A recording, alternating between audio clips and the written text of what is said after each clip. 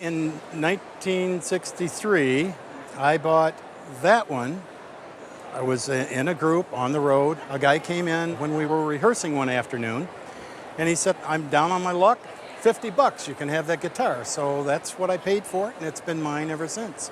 The reason I got the second one is because the group I was in was pretty particular about the way they dressed and how we looked, and we had uniforms, and that didn't fit. That's just the way it looked when I bought it, and they didn't really want me to play it on stage. I bought this in 1964 from a local music store. Do you remember how much you paid for it? $250. Yet the story doesn't end with the guitars. In February 1964, just days after the Beatles' legendary U.S. debut on The Ed Sullivan Show, the owner's band was playing at the Peppermint Lounge in Miami Beach. After performing a tribute medley of Beatles songs, they found themselves face to face with the Fab Four. Despite manager Brian Epstein's strict ban on photos, Ringo Starr encouraged the group, "Go on, take the picture." The result is a rare original photograph capturing that unforgettable meeting. Worth several $100s on its own, but invaluable as part of this package. Together, the two Telecasters and the Beatles photo create a piece of rock history. An original photo like this by itself is probably worth close to $500 just for the photo. Oh. Guitar collectors love the story. They're oftentimes buying the whole package of where the guitar has been, where the owner of the guitar has been. The one you bought so that you would look appropriately cool on stage is a mahogany-bodied Telecaster from 1964. Would probably sell for $11,000. Wow. Now this one, even though it doesn't look as good, is worth almost twice that because Whoa. it's a Telecaster custom. So it would probably sell close to $20,000 today. Jeez. Whoa. If the two guitars were sold at auction with the photograph, the package would probably go for at least $30,000, maybe as much as $35,000. Wow. I didn't pay too much for them then, I guess. Right. In the late 60s, my dad headed up Capitol Records during a time when the Beatles were their major act. It was also a time when the Beatles were starting a new record label called Apple Records. I have some memorabilia from that era. Here's your father, Yeah.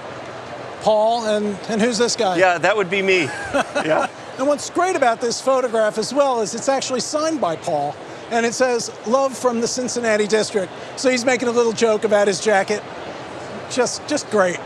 Among the treasures is a promotional Apple box set, once housed in a sleek plastic case, containing 4 record folders with hand-labeled sleeves for releases like Hey Jude and Mary Hopkins' Those Were the Days.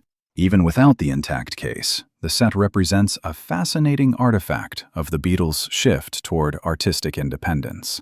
But the crown jewel of the collection is a letter dated January 21st, 1970, thanking Capitol's executive for gifts. Signed by all 4 Beatles, it represents an extraordinary rarity. By this date, the band was unraveling. Personal tensions high, communications scarce. Just 3 months later, the Beatles would officially be no more. A document bearing all their signatures from 1970 is almost unheard of, making this piece historically priceless. We think that an insurance value for something like this, the collection, about $60,000. Excuse me? $60,000. Holy mackerel.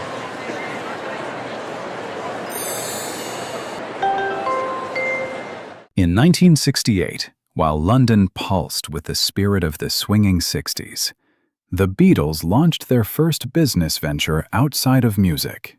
The Apple Boutique. Opened on Baker Street, the shop was meant to embody the band's vision of a psychedelic utopia. Clothing, color, and creativity for all. But the dream was short-lived.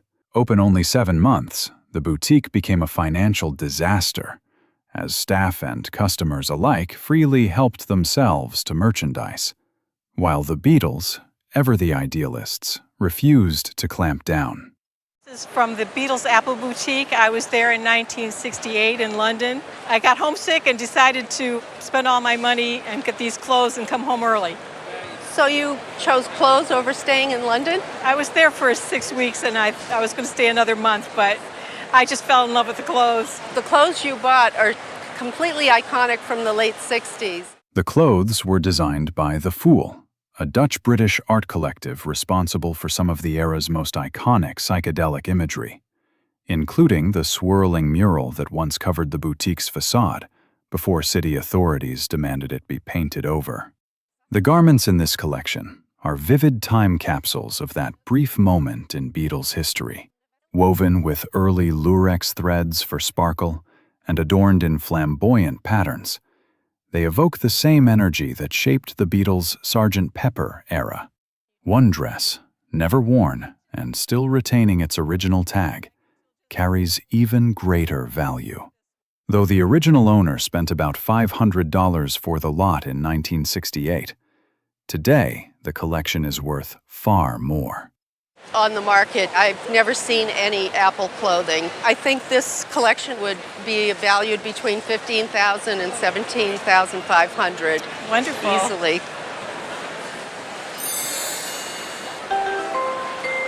In the early 1960s, when the Beatles were still rising stars in Liverpool, few could have imagined how rare and valuable their autographs would one day become.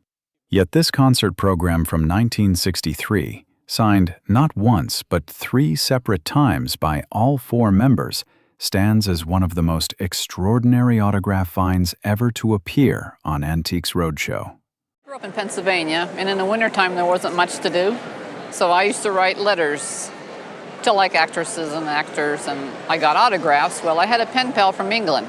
Her brother was in a band in Liverpool, and they had known the Beatles. And she said that if she ever got to meet them, she would try to get an autograph for me. Okay. So this is what she sent me. The program carries 3 complete sets of signatures: John Lennon, Paul McCartney, George Harrison, and Ringo Starr, scrawled across the front, the inside pages, and the back. Paul even added a personal touch by signing his first name, while George included a note directly to the pen pal herself. To find a single, authentic set of Beatles autographs is rare enough. To find 3 on one item is virtually unheard of. Despite some wear, fold lines, and tape, the sheer uniqueness of the piece makes it a treasure beyond comparison. But a very conservative estimate at auction would be $15,000. Okay. Yeah, and could go much higher. I mean, it's just an incredible piece. Super rare, and any Beatles collector would just love to have a piece like this. Oh, okay. Thank you. Thanks so much.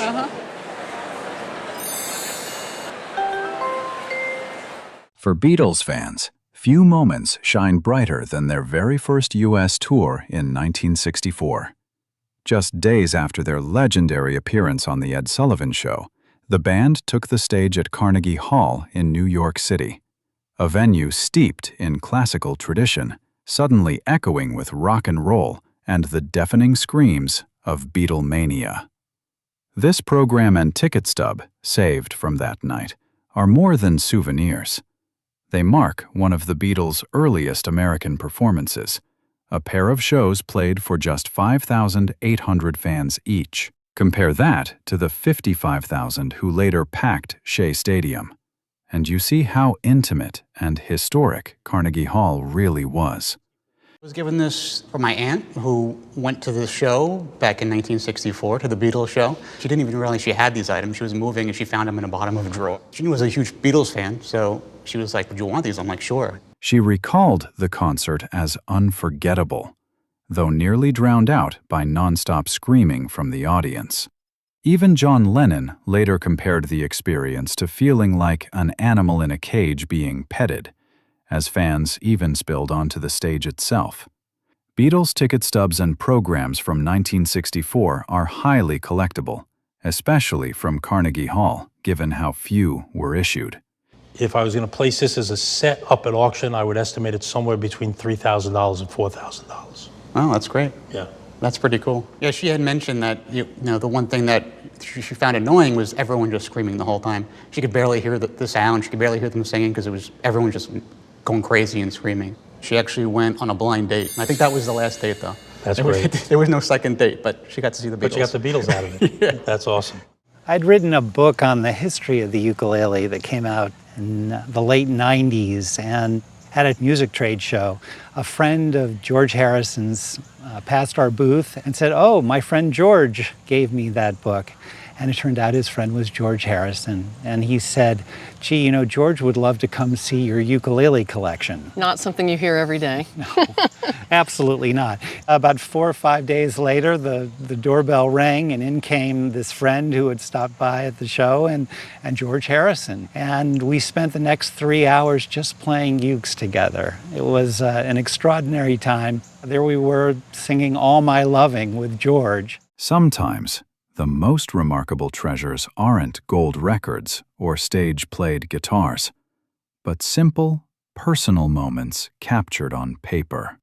In 1999, one collector experienced exactly that. Harrison's love of the ukulele was legendary. Friends recalled how he kept his car trunk full of them, ready to hand out to anyone who showed an interest. On this day, after 3 unforgettable hours of singing and playing together, George agreed to jot down his thoughts about the instrument. The result was a handwritten letter, brimming with his dry wit and unmistakable voice. In it, he called ukulele players crackers, his very British way of saying they were a little bonkers, and signed with his Hawaiian nickname, George Keoki Harrison, a nod to his love of gardening and his home in Hawaii. Best of all, he added a whimsical doodle of a pig, punctuating the note with humor that was pure George. When we look at the value on something like this, obviously the memory for you, it's just pure joy, the thought of sitting down and playing ukulele with George Harrison. So few people on earth may have had an opportunity like that. Obviously things that were written when he was a Beatle are going to have the highest value. This is obviously quite a bit later, and it's only 3 years before he passed away. A standard letter written from this period is probably from George Harrison $2,000 to $3,000. I think because of the content of your letter and because of the fact that it has the pig and it has so much character, I would put an estimate at auction of $5,000 to $7,000 on this letter. Wow.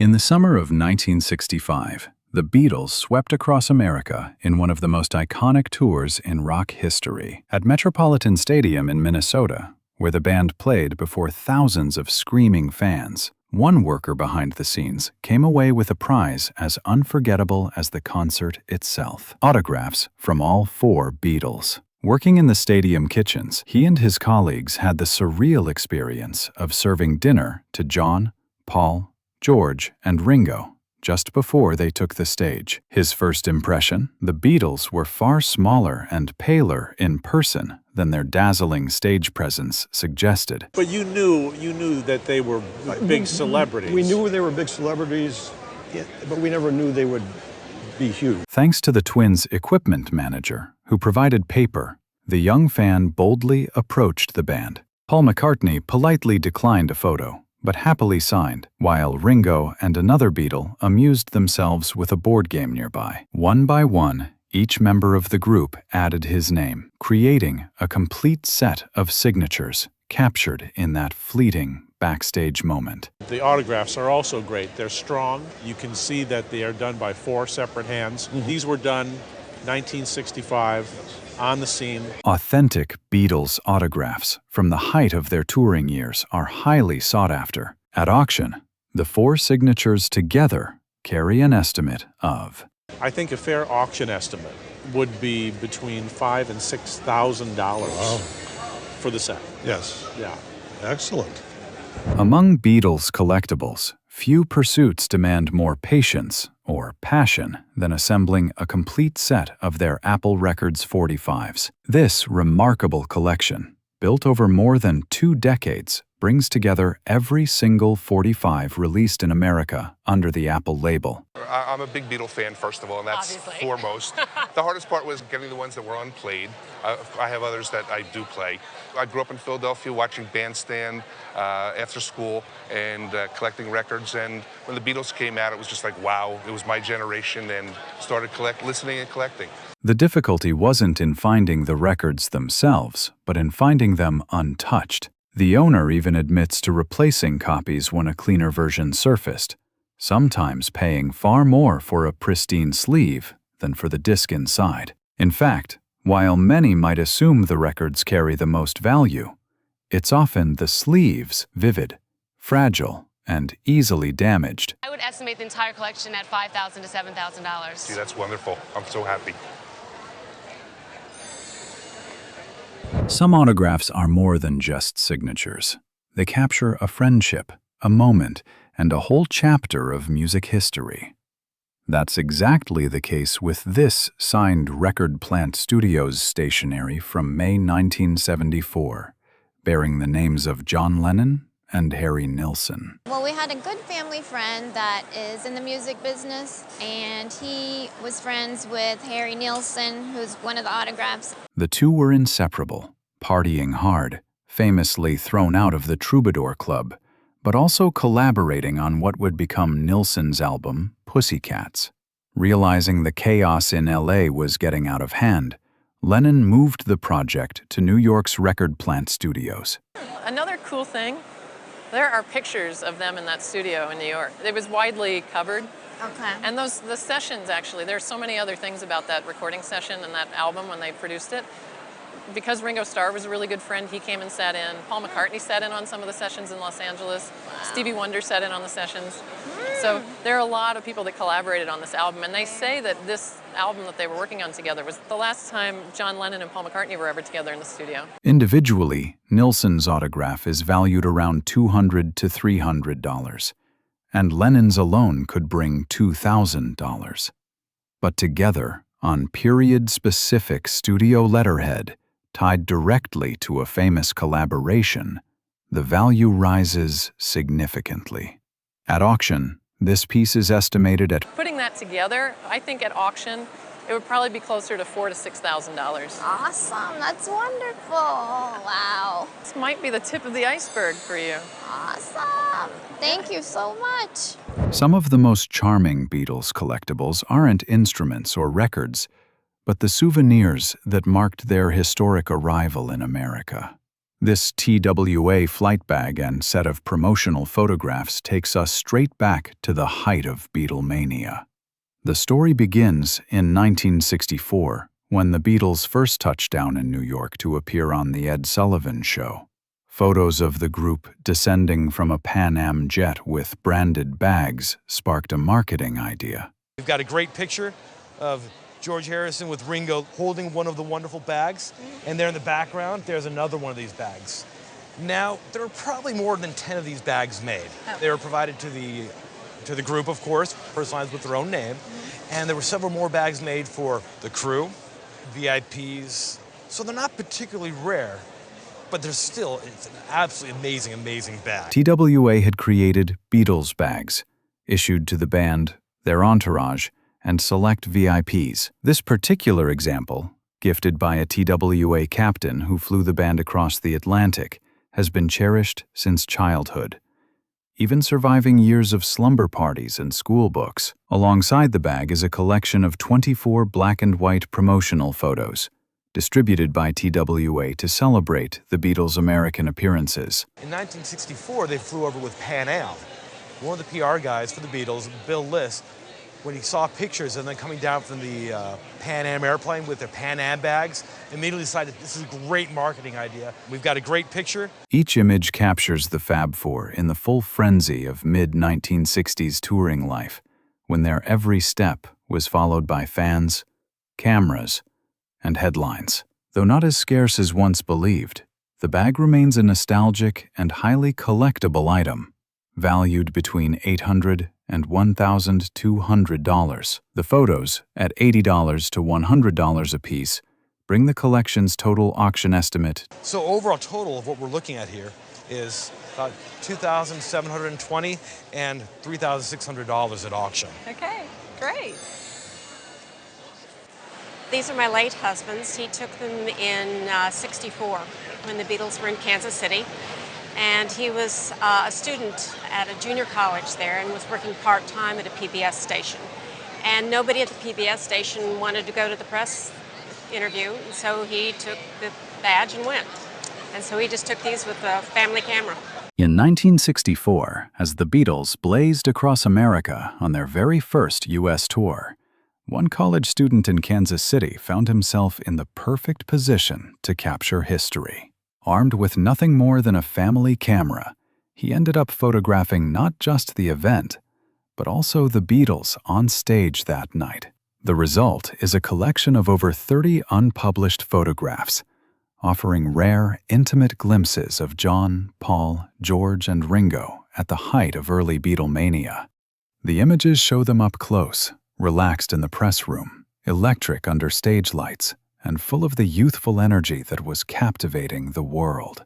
Adding to the authenticity, the original press pass has been preserved alongside the photos. Unlike the countless professional shots of the Beatles that circulated widely, these images remained unseen, tucked away in a family album for decades. That freshness, combined with their historical timing from the same tour that included the Beatles' famous Ed Sullivan Show appearance, makes the collection especially compelling. At auction, this album of unpublished photographs and press credentials is valued between Anywhere between $3,000 to $4,000. Really? Yeah. Wow. Very nice.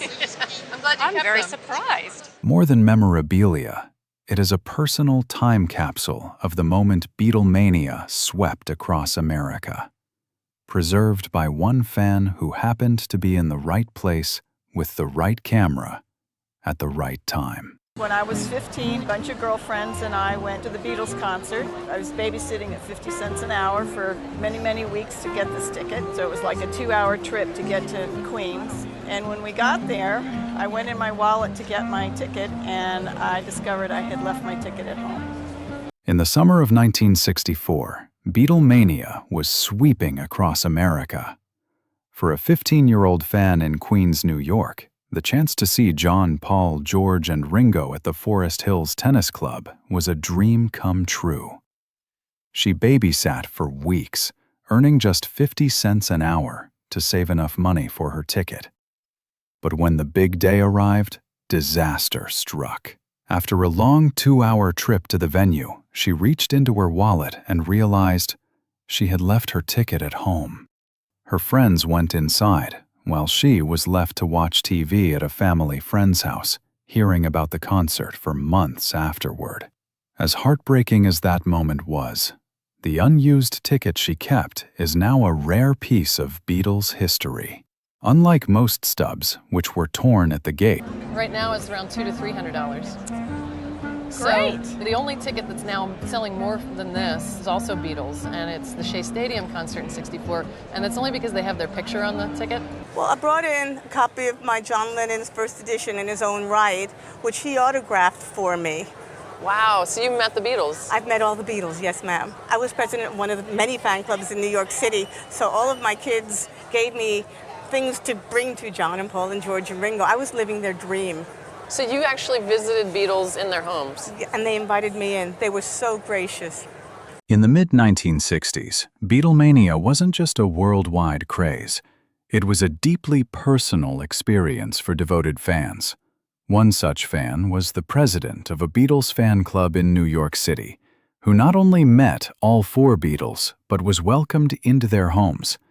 She often brought gifts from fellow fans to deliver in person, and on one occasion found herself sitting in Paul McCartney's garden. While she unpacked fan mail and presents, she held a copy of John Lennon's first book in his own right. Paul noticed it and said, "Oh, let me read something for you." With her tape recorder running, Paul McCartney gave her a private reading of one of John's poems, a moment she preserved forever. But the real treasure was inside the book itself. A bold, clean signature from John Lennon, personally inscribed to her. Unlike so many Beatles autographs that were faked, signed by managers, or even signed by one Beatle on behalf of another, this one came directly from Lennon himself, with undeniable provenance, supported by photographs she had taken at the time. Even the candid photo of Paul in his garden, unpublished and privately owned, carries value on its own. A candid print like that could sell for $100 to $150. As for the signed book, ordinary copies with Lennon's autograph sell for $2,000 to $3,000. But with her airtight story, her photos, and her first-hand connection to the band, this book's auction estimate rose to... The auction estimate would be around $3,000 to $5,000. That is really great. And at auction, who knows? I mean, I think people could be turned on by your story and many of the photos you have that go behind it that take it far beyond that. I mean, it's just the perfect story you could possibly hope for to have a signed piece by them. Cool. Back in 1996, I was driving down the street and saw some trash that didn't look like trash. And the dumpster diver in me jumped out and grabbed the garbage and took it home and found all kinds of neat stuff. But probably the most important thing I found was this rehearsal rundown from the Ed Sullivan Show. And after looking at it more, I realized that it was from February 9th, 1964, which was the Beatles' very first appearance on the show. Sometimes, the most extraordinary treasures come from the unlikeliest places. Back in 1996, a man driving down the street spotted what looked like trash in a dumpster. His instincts told him to take a closer look. Inside, he discovered a stack of forgotten items, and among them was a rehearsal rundown for the Ed Sullivan Show dated February 9th, 1964. That night would go down in history as the Beatles' very first appearance on American television. But the story didn't end there. After finding the interesting stuff, we knocked on the door of the house and met the owner's son who was cleaning out the house and developed a rapport with him and proceeded to purchase some items from him, and the autograph photo is one of the items I purchased. I paid $100 for it. Wow. And how did his dad come up with this stuff? Where did it come from? Did he tell you? From what I know, his father was a photographer for the CBS network, and the Ed Sullivan Show was one of his beats. So he had access to the Beatles during one of their appearances. If I was going to place the two pieces up at auction, and we're assuming that it was signed that night, I would put a pre-sale auction estimate at $18,000 to $24,000 for the pair. So I'm thrilled that you found it. I'm glad that you saved it, and I'm really glad that you brought it in. Well, I received it as a Christmas present from my aunt in 1964. We've had it in a closet, more or less. You played the Beatles records on the Beatles phonograph, right? Well, yes. Not every Beatles collectible is an instrument or autograph. Sometimes it's the merchandise that truly captures the spirit of Beatlemania. In 1964, one fan received the ultimate Christmas present, a Beatles record player, tucked away in its original packaging for decades. This wasn't just any phonograph. It was the Model 1000 Beatles phonograph, a 4-speed high-fidelity player emblazoned with images of John, Paul, George, and Ringo performing live. Sold in the mid-1960s, it was part of the early wave of officially licensed Beatles merchandise, aimed squarely at fans who wanted to spin their records on something uniquely tied to the band itself. What makes this example stand out is its condition. It still has the packaging and instruction materials intact, details that many surviving examples are missing. Back in 2006, a nearly identical piece fetched $2,250 at auction. With Beatlemania collectibles continuing to be highly desirable today, appraisers estimated this record player could bring... I think it would sell for no problem between $2,500 and $3,000, but $2,800 would be a really solid price at retail. That'd be great. Yeah, thanks. For a fan who once dropped the needle on Beatles singles using this very machine, it's more than a collectible. It's a time capsule of an era when the world was discovering a new sound and 4 young men from Liverpool were changing music forever. The story is that our family was invited to a wedding in Appleton, Wisconsin, and at that wedding there was a guest by the name of George Ornstein, who was a head of United Artists in London. And the little children that were at that wedding got autographed Beatle pictures. And my little sister wasn't at the wedding. So she wrote to George Ornstein and said, I was supposed to be at that wedding. Could I have a Beatle picture? And so in April of '65, he sent this photo, and we always laughed because he said, I hope this makes you happy. Some Beatles treasures aren't found in record shops or backstage passes. They come from the most unexpected of family stories. In this case, it began at a wedding in Appleton, Wisconsin. Among the guests was George Ornstein, the head of United Artists in London, who had worked directly with the Beatles on A Hard Day's Night. At that celebration, a few lucky children were handed autographed Beatles photographs. One little girl, Jeannie, wasn't at the wedding, but she wasn't about to miss her chance. She wrote to Ornstein herself, politely explaining that she was supposed to be there and asking if she might still have a Beatles picture. To her delight, in April of 1965, a photo arrived in the mail, along with a letter that read, I hope this makes you happy. The photograph itself is extraordinary. Shot by Robert Whittaker. The quality of the signatures and the letter accompanying it with the great provenance, that we've placed a value on this at auction of between $10,000 and $15,000. Oh my word. That really surprises me. I got the poster actually dog and cat sitting for a lady. She had 20 cats and 10 dogs. Wow. And she asked me if she could pay me in some Beatles memorabilia because she knew I liked the Beatles. And she said she had no one in her family who was interested in them and that I would appreciate them.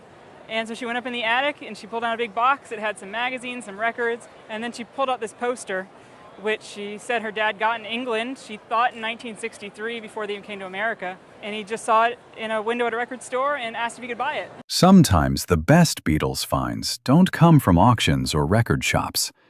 They come from the most unexpected places. In this case, it all began with a simple job: dog and cat sitting.